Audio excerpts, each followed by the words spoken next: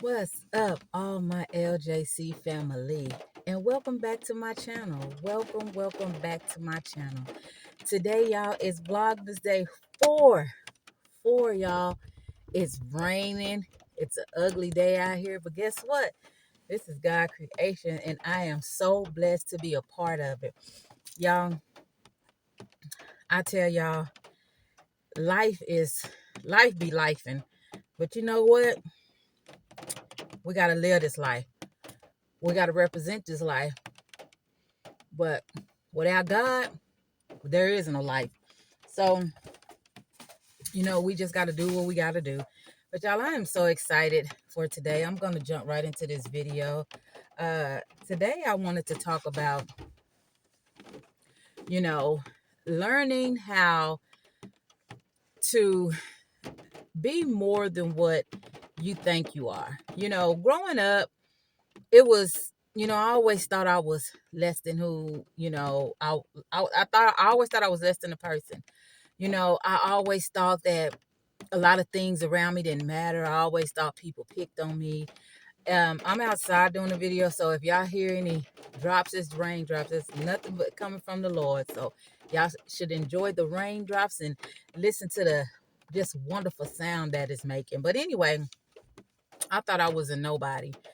And, I just always felt like I didn't belong, I didn't belong here. I didn't belong there. I always had my siblings. I always loved my siblings, but I pretty much grew up uh, with my granny and my oldest brother.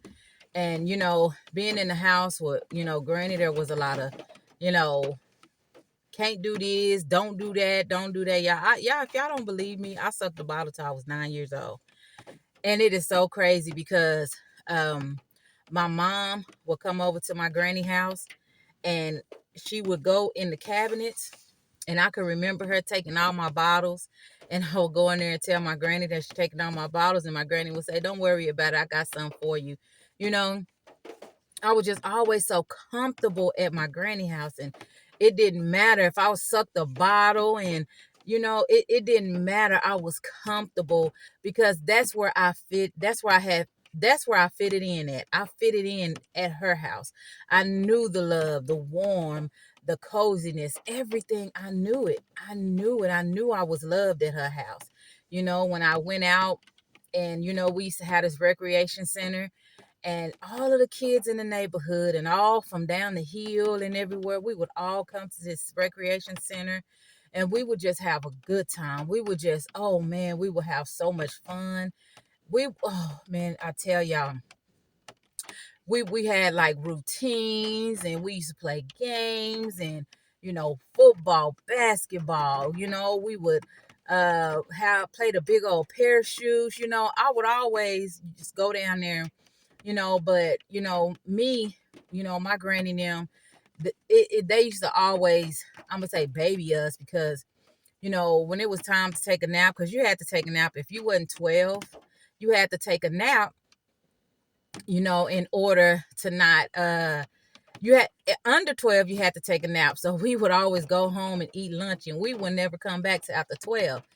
And it was really so much fun, y'all. And but a lot of times I didn't feel like I fit in, you know what I'm saying?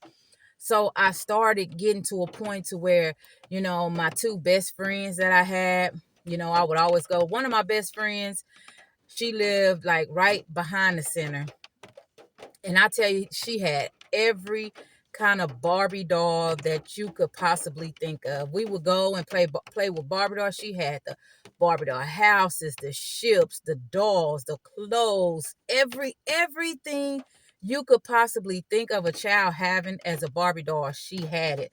And I would be like, dang, you so lucky. She had 2 rooms, and she always had, like, I don't know if it was both of those rooms, but she had everything in both rooms. And she was just spoiled, and I could just see it and feel it. And I'm just like, dang, but the type of stuff that I had, it wasn't a lot. I used to play with paper dolls. I used to look at newspapers and cut people out of the paper, and, make myself have fun, because You know, we didn't have a lot, but we had fun. We was love, you know. And at my granny house, there was always, you know, she would cook for us before we leave in the morning. And, you know, she would always have lunch. We would always have dinner. Man, every time you walk through her door, you smelling food. I haven't never met anyone can cook chicken like her. I haven't never met anyone can do cheese toast like her. I ain't never met anyone can make beans like her, bake bread. I ain't never met anyone that could cook like my granny. My granny used to make these scalloped potatoes. She used to fry them on the top of the stove. I ain't never met nobody, y'all, that can do that. My mama, she can do it, and it's really good, but it don't taste like my granny's. And just everything she cooked, it was good. But baby, let me tell y'all about this Kool-Aid. Y'all know how Powerade tastes? That is the kind of Kool-Aid my granny used to make. She used to, and it didn't used to be Kool-Aid, it used to be Flavor Aid. I think if y'all know what Flavor Aid is. She used to make that Flavor Aid, shake it up, put it in the refrigerator, and you just got to the point to where you didn't even care if it didn't have no sugar, because she knew her sugar level. She knew if we was in her sugar. She knew if we added sugar. She knew everything, so we knew not to touch her sugar. And you know, I would just started, you know, I just started as soon as I got home. I wanted me some Flavor Aid. You know, I had just got to the point that that's what I wanted. And then on top of that, you know, she used to make these tea cakes. Oh my goodness. I don't think nobody in this world that I have met can make those tea cakes. Man, and then my granny, you know, she was just everything. She was just, you know, she used to call me Donda, not Donna. Donda, you better get up. You got to go here. You got to go there. You going to your mama's house today? No, I don't want to. Okay, well, you ain't got to go if you didn't want to, because I know in my mama's house, I couldn't sit around and suck a bottle. You know, I couldn't do that. My siblings would probably laugh at me and talk about me. My mama wouldn't allow it. You know, she was so mad at my granny every time. Let me tell you, my granny used to have this. She used to go to this store, and the store, they would give her credit. So every time my mama would come take them bottles, my granny would have me go down to that store, pick up what she ordered, and in half of the time it was about 2 or 3 bottles in there for me. I'm just like, I'm picking up my own bottles. I'm just too big for this. Y'all was 9 years old, and you know, I used to go outside and, you know, make mud pies, and you know, just play in the mud and make the mud like food. And you know, kids don't do this. They don't do this no more. In these days and times, they don't do that. It's all about electronics. It's all about computers. It's all about if they got an Apple this or an Apple that, or iPhone 15, iPhone 16. They so busy picking up guns. They so busy picking up knives. They so busy beating up on each other. They so busy teaming up on each other. They so busy doing everything that a child has no business doing.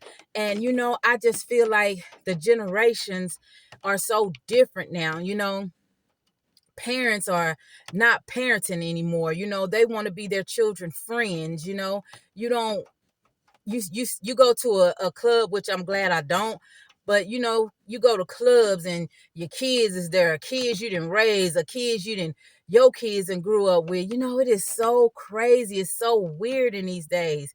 And you know, I just think about how blessed I really was growing up in that day and time, you know, and to look and think like I didn't have this and I didn't have that, but I had everything. I had everything that these kids don't have. They don't have the love. They don't have the support. They don't have the things that they need. You know, parents don't cook no more. Go in there and fix you something in the microwave. Parents don't do hardly nothing no more. And the ones that do, you know, I am so happy to see that. Like my daughter, she cooks all the time. And I'm so happy that she rubbed off on me, because one thing about me, when I started having kids, my kids came before everybody. I'm telling you, I stopped clubbing. I stopped going places. I stopped doing things. I gave my life up for theirs, because I knew I had already, you know, I was young, but I had already lived and did everything. So now it's time for me to protect these kids and make sure these kids was, you know, what they needed to do. I got me a good job, and, you know, my kids, you know, I would take them here and take them there. And people used to call my kids the Wally World kids, because they always wanted to go to Walmart. They always, every time we go get y'all what y'all want. And and if it's too expensive and I couldn't get it, I would never, just tell them, I can't get that right now, but we'll get it later. I mean, let me slow down, y'all, because I'm trying to go too fast. I'm trying to hurry up and get back in the house. But let me slow down. When things were expensive, I explained to them and let them know it was too expensive. And they was very understanding. They was grateful kids. And I tried to give my kids everything that I could. It was a lot of things that I couldn't, the fathers or whatever, they anyway, but we're not gonna talk about that. I'm just glad that my kids have a relationship right now, with their fathers. I'm glad that they can all get along, they can all talk. I'm glad that me growing up and me going through what I go through. Tell y'all, it was so. I lived with my granny. My grandmother lived down the hill. My daddy's mom, my other grandmother, lived right next door to the center. So y'all, it was so crazy. Wherever we went, we had a house to go to. If we went down the hill, we had my granny house. If we went to the recreation center, we could walk down the street to my granny house, or we could go a house over to my grandmother's house. It was just so, I'm telling y'all, growing up was just everything. But y'all, we were bad. We were bad kids. And that's why I say, it's crazy, because we wasn't bad like robbing and stealing and killing and trying to do stuff like that. We was, we always wanted to sneak and go swimming. So we would, jump the gate and go swimming in the swimming pool. Every time we see the police come and they flashing the lights, we'll duck down in the water until they leave, y'all. That's the type of fun we used to do.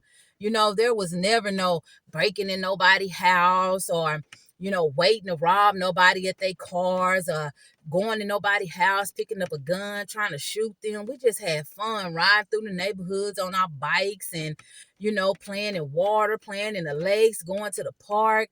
That's the type of things that we did as children, because we had that opportunity and the benefit that our parents gave us. We had to be in the house before it got dark, all that type of stuff. Now, baby, you see teenagers walking around in groups, and it's pitch dark outside. It's just super dark. It don't matter if it's 5, 6, 7, 8 o'clock, 9 o'clock. If it's dark, you need to be in the house. And I'm just so happy that I raised my children, because now my children are raising their children. And I'm just so excited because, I'm glad that I had a godly woman in my life who taught me, who knew, who taught me right from wrong, who taught me what I don't need to do. And even when I didn't listen, even when I started getting into stuff and started fighting and doing all type of other stuff, I still knew and heard it. Every time she would tell me, Donda, you don't need to be down there doing all that fighting, and it ain't even worth it. And it wasn't worth it. I had everything I needed, just everything I needed. And I just wanted to be here and wanted to be there and hang out with this people and hang out with this person and hang out in this group and, go fight and all this other type of stuff. And it wasn't worth it, and I'm glad that I grew up from all that stuff. And now that I see the people that I did have fights with, I'm just so proud of them, because they living their life. None of that stuff affected our childhood. It made us better. It made us grow together. I seen people that I got into it with, we show nothing but love to each other, respect each other, everybody doing them, everybody representing them. We was just young and dumb, and we all hung in cliques, and we all thought I thought I was a Crip. The people around me thought they was a Crip. Then we had females thinking they was Bloods. And, it was just always something. We were just always in something, but we learned. And half of the people that I grew up with in my life, they not in prison. They not in jail. They not doing nothing that out there strung out on drugs. And, it's none of that. It's none of that. I see them living a life, and I see them loving God, and I see them, our childhood raised us to be who we are today. And I'm so grateful for every church on every corner in our neighborhoods, around our neighborhood, all of the people, the older people who knew each other. You would call, hey, I'm finna call Miss Miller and tell Miss Miller you down here doing that, or Miss Miller, I get home and my granny telling me this, or my other grandmama, my daddy mama, she saying, yeah, such and such called and said y'all be doing this and doing that. They knew everything. They knew everything. So I am so proud to say that I am so just blessed that my childhood raised me. And the people in the it took a village. It took a village, and a village is what raised us. And we played together, we fought together, but at the end of the day, we all knew we had family, we had a place to stay, we had food to eat, clothes on our back, shoes on our feet. We never had to go without. And I know a lot of these kids today, they parents is trying to go to the club with them, they trying to do this and do that, messing with this person and messing with that person. The mothers is being caught with boyfriends, and the boyfriends is being caught with the mothers and the daughters and the men. The men then got older. I don't know what's wrong with a lot of these men, but they just getting older and going back to younger girls. And it's so crazy. The world is going backwards. Like, come on, y'all. We need to represent and go forward, move forward. Y'all, I tell y'all one thing. I'm so glad that I was baptized and saved. God has saved me from a lot. And people say, you never did nothing. Yes, I did. When I was young, I did a lot. But God saved me from a lot. And I'm so blessed and I'm so thankful, because if it wasn't for God, I don't know where I would be. I do not know where I would be. I do not know what will go on in my life. I do not know what type of person I would be. I always wanted to be a loving and caring person. I always wanted to take care of people. I always wanted to make sure people were safe, because it was things that happened to me in my childhood that people couldn't keep me safe. And I was afraid to tell. And I was afraid to tell, what was going on. The person would come and it's like a monster, will come take you out of your bed and do certain things to you. And you'll be afraid to tell your parents, because they would threaten you and tell what they would do to this person, what they would do to your family. And I love my mom and daddy. My mom and daddy ain't never, ever just hurt us, ain't never whooped us. We never got whoopings. I think we probably was the only kids around the neighborhoods didn't get whoopings. My mama used to put us under the bed. We got under the bed so much, y'all, we started building clubhouses. And, sometimes my mom and them, when they was asleep, I can remember we used to go in the living room and tie their shoestrings together. People would come over and stay. Well, not people. My dad had, one friend that would come over and stay all night at our house, besides that monster of a man that did what he did to me. But, this one man that used to come over there and stay, oh, he loved us. He loved us. But, boy, one day we went in that bathroom and switched that toothpaste out with Desitin, and he went in there and brushed his teeth. And he told my mom, boy, I ain't never taste no toothpaste. That's the nastiest toothpaste I have ever tasted in my life. Where you get that toothpaste from? My mama went in there and say, man, what you talking about? I buy Colgate. So, that's some nasty. My mom went in there and said, she said, I ain't gonna say the word, but she said, you brushing your teeth with some Desitin. That go on them kids' butt. Oh man, y'all, we were so bad. We were bad, but we were, you know what I'm saying? We wasn't the type of kids that wanted to hurt people. We did things because when we got in trouble, we had nothing else to do. We had nothing else to do. So we would just go around doing stuff. And then I would cry because I didn't want to be at my mom and them house no more. I wanted to go back to my granny house because it was just me. My oldest brother was there, but he was older than me, so he was way in the back room. I was in the living room playing with my stuff, sucking my bottle, just having fun, enjoying life, growing up, waking up in the morning, going to the recreation center, going to your friend's house. And, you always knew, I always knew I couldn't spend the night at people's house. My mama, my granny, nobody, they didn't allow that. We couldn't stay at other people's house, but as I got older, and I started drifting off, I started staying at people's house, and and it wasn't a good idea. And I understood what my grandmother was saying. At home, this is your home. You're comfortable. You don't have to hear this or hear that. And once I started saying at other people's house, I started realizing it. But I was able to be grown. I was able to do what I wanted to do when I was at other people's house, and it was something that I wanted to do. But baby, once I started learning that wasn't what it was, I was so happy when that day came, and I got my own place, and I was able to start having my own place. But life, as my childhood, I'm glad that the things that happened, because it made me stronger. And I'm so happy that I have God in my life. Y'all, God is awesome. And if you just pray, meditate, and fast on his word, trust in him, believe in him, and know that ain't nobody in this world could ever do nothing for you. I remember my granny used to tell me, Donna, when your head hurt, and pray. Donna, when you sick, pray. Donna, when you think you, Donda, not Donna. Donda, when you think you need this, pray. Donda, when somebody's hurting you, pray. Donda, when this, Donda, when that. And when that monster would come in there and try to do the things that he did to me, I knew to close my eyes and pray. I knew. And she just taught me so much. She taught me everything. And I do believe that, if it wasn't for her, I just don't believe that I would have that, that much faith in me, because I go back and it just play in my mind what she used to tell me, who God is, what God can do for you.